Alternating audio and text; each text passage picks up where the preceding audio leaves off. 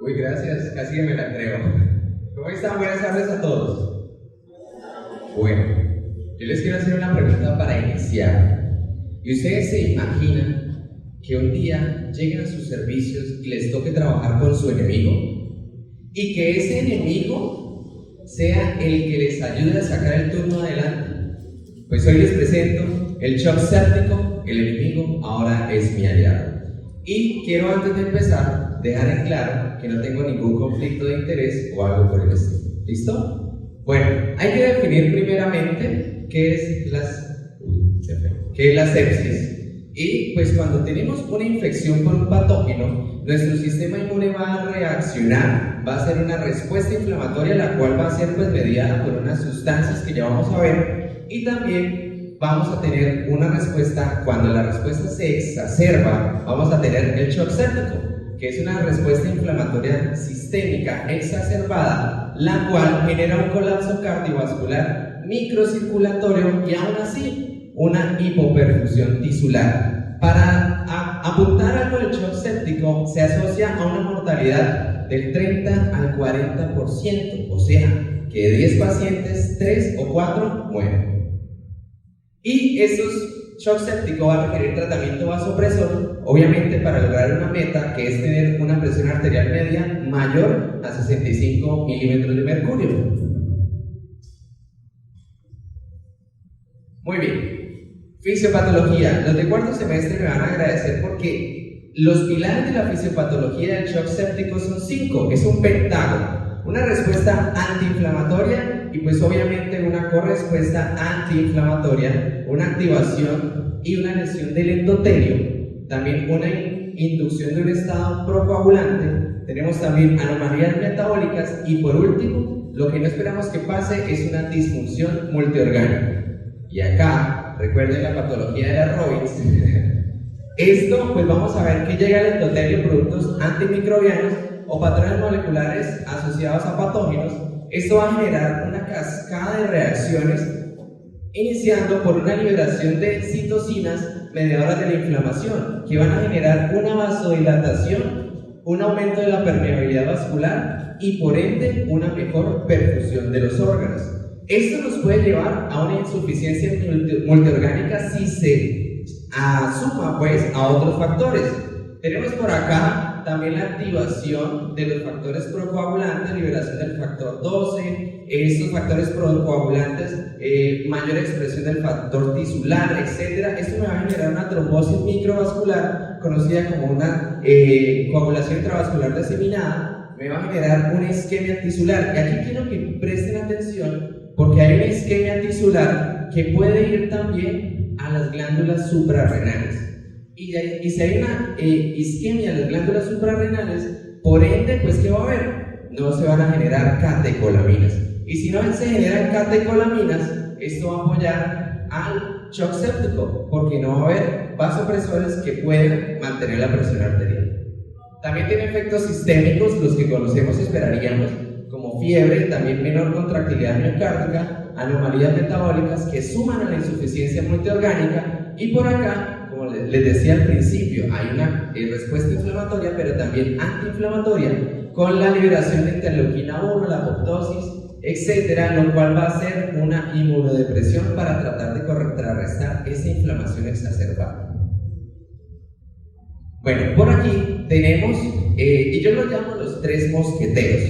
Estos son los fármacos indicados en el uso del shock séptico. Y tenemos en un principio la noradrenalina, pues obviamente es un agonista alfa 1, beta 1, beta 2, el cual se usa a dosis de 0.01 a 3.3 microgramos kilogramo minuto. Pero ojo, no queremos llegar a ese tipo de dosis.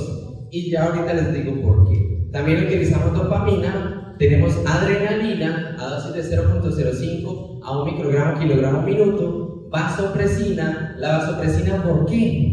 Porque miren, me aumenta la sensibilidad a las catecolaminas aquí dichas, a dosis de 0.01 a 0.04 unidades minuto. ¿Listo? Bueno.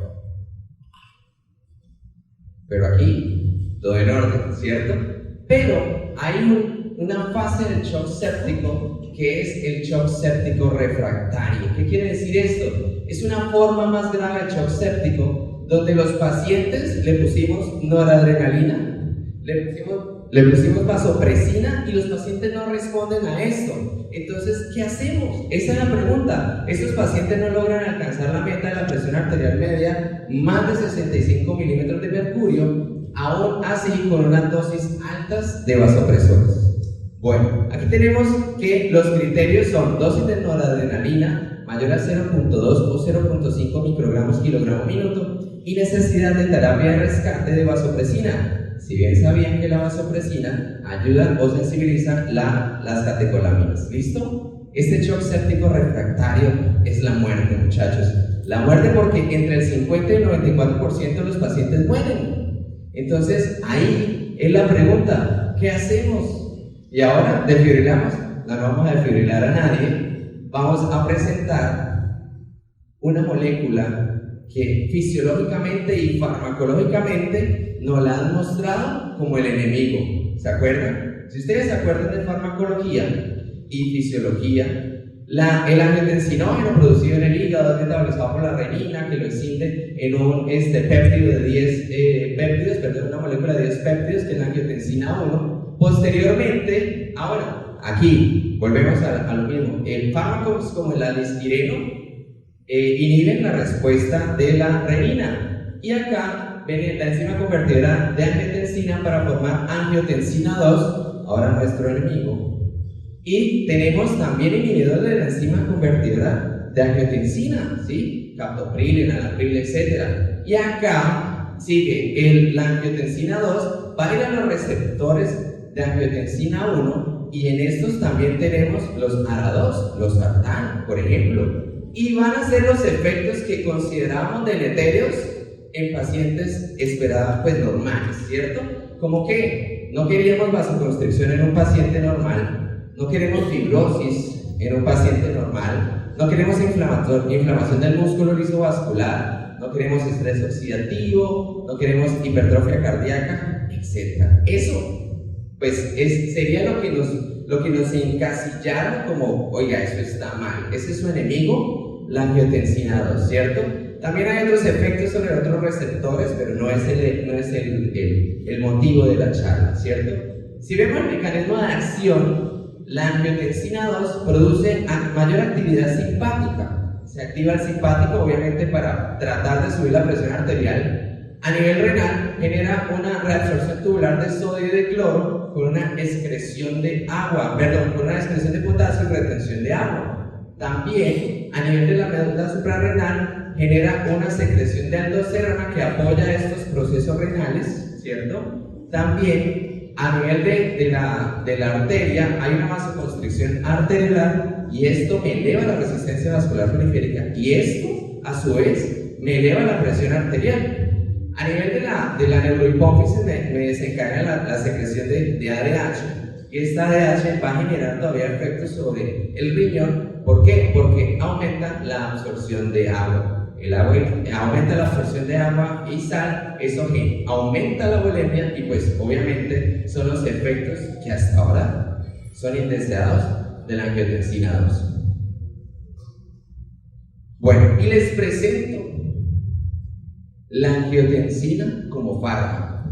Este fármaco, si bien se vienen haciendo pruebas desde 1940, hasta este 2017 se pudo avalar por la FDA el uso de este fármaco conocido como giapreza o angiotensina 2. Esa angiotensina 2 es sal-acetato de angiotensina, es sintético, no es humano, pero es idéntico al humano.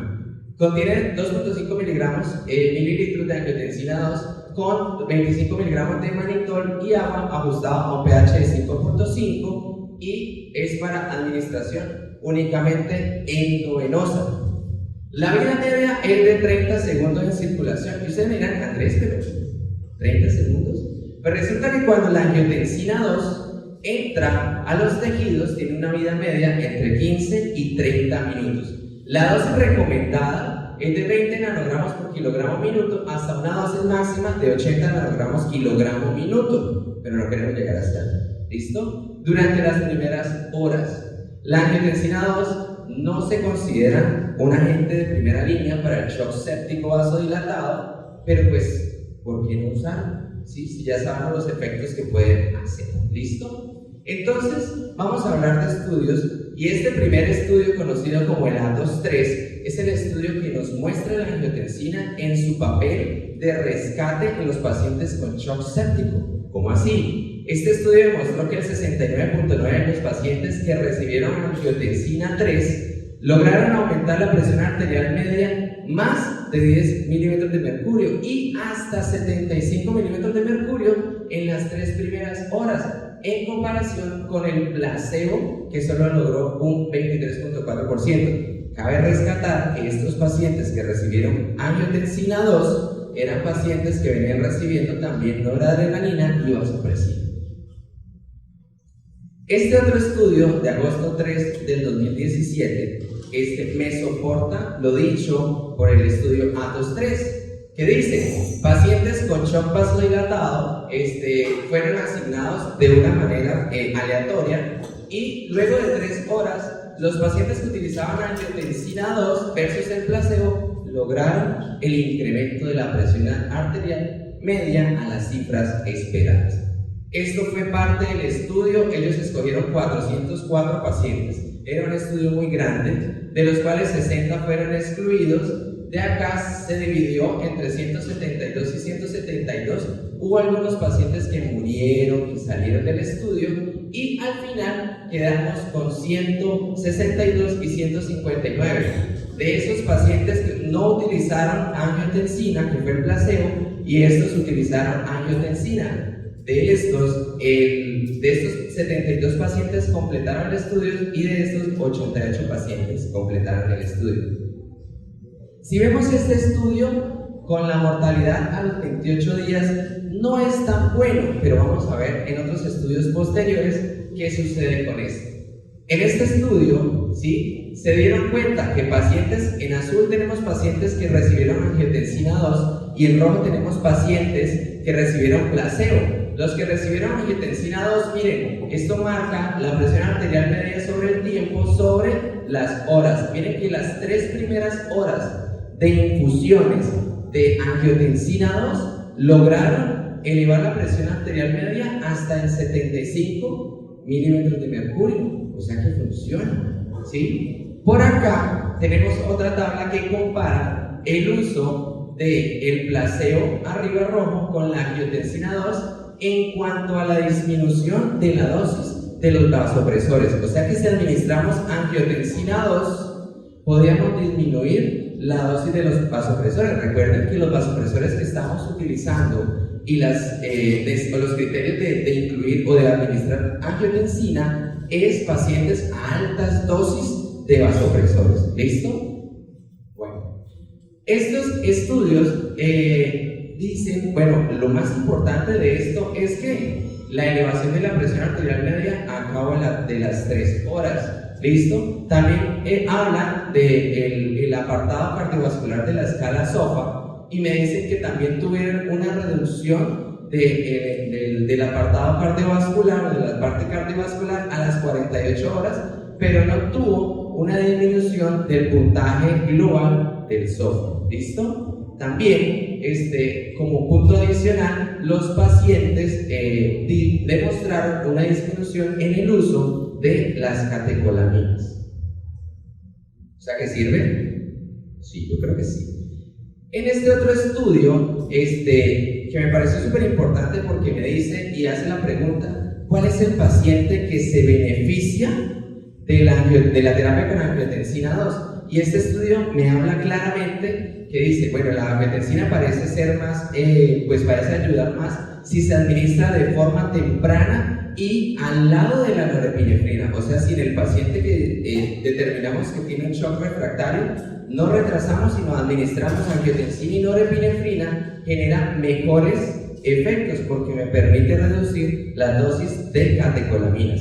Nos dice también, oigan, utilicen esto en pacientes con enfermedad renal, una falla respiratoria aguda hipoxémica y altos niveles de renina, ¿listo? En shock. Y también la angiotensina mejoró la oxigenación y un decremento pues, en la oxigenación o disminución de las necesidades de oxígeno para los pacientes. O sea que los pacientes les podíamos retirar la FiO2, o sea, les podíamos bajar la FiO2. ¿Listo? Esto en pacientes con COVID-19. ¿Listo? Bueno, este estudio me pareció también, aparte de que me dice cuáles pacientes se benefician, me pareció también importante. ¿Por qué? Porque me dicen, oiga, miren, esos son los criterios que podemos utilizar para decidir administrar o no angiotensina 2. Entonces, tenemos shock séptico o distributivo. Tenemos que el paciente se haya beneficiado de una resucitación por cristaloides o fluidos, una terapia vasopresora con dosis muy elevadas a 0.2 o 0.5 microgramos kilogramo minuto, una hipotensión permanente, pacientes que no puedan subir de 65 mililitros de mercurio, y sobre todo esto, que no hayan signos de disfunción cardíaca, o sea que la bomba esté funcionando adecuadamente. Y me dicen, si cumple esto, bueno, inicie la angiotensina 2. ¿Listo? La famosa guía presa. Y en la pregunta, bueno, ¿qué dosis? Dice, iníciele a 20 nanogramos kilogramo minuto y haga una valoración periódica de la presión arterial de cada 5 o 15 minutos para corroborar si llegamos al target o a la meta. ¿Listo? La dosis no debe exceder los 80 nanogramos kilogramo minuto. ¿Listo? Y esa es la idea. Hay otras subpoblaciones que los pacientes en shock distributivo y enfermedad renal se han beneficiado, sobre todo en la tasa de supervivencia. Incrementaron la tasa de supervivencia en un 28%, shock distributivo y alto nivel de renina, mejoraron la tasa de supervivencia en un 19%, y shock distributivo con dosis bajas de vasopresores demostraron una tasa de supervivencia del 18%. Y esto me da a pensar, oiga, y si dejamos que la angiotensina siga siendo de tercera o cuarta línea y la pasamos a ser de primera línea, ¿cómo sería la cosa? Pues este estudio compara eso.